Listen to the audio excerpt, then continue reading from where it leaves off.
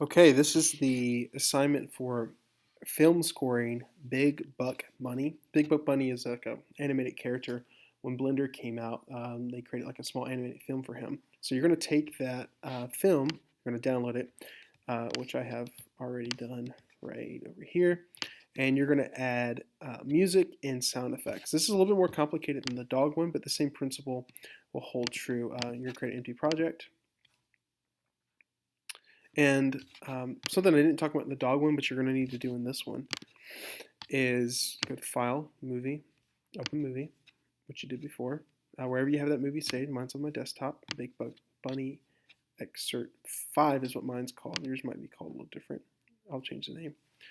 And if you lose track, you'll notice that here there's this weird audio thing. You should be able to delete that. Even though, hit Command Z, you'll notice there's nothing on these track heads. This is the audio that came with it. So the audio was turned all the way down. I'm going to hit delete.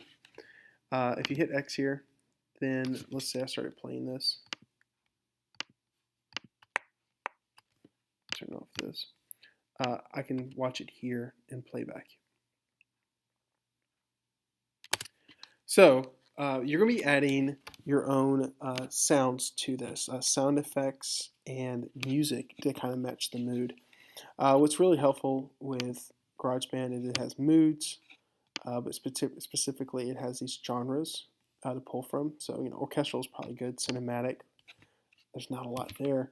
You can go find stuff on Looperman. Just play around, maybe create some of your own stuff. That is always like the most advisable thing.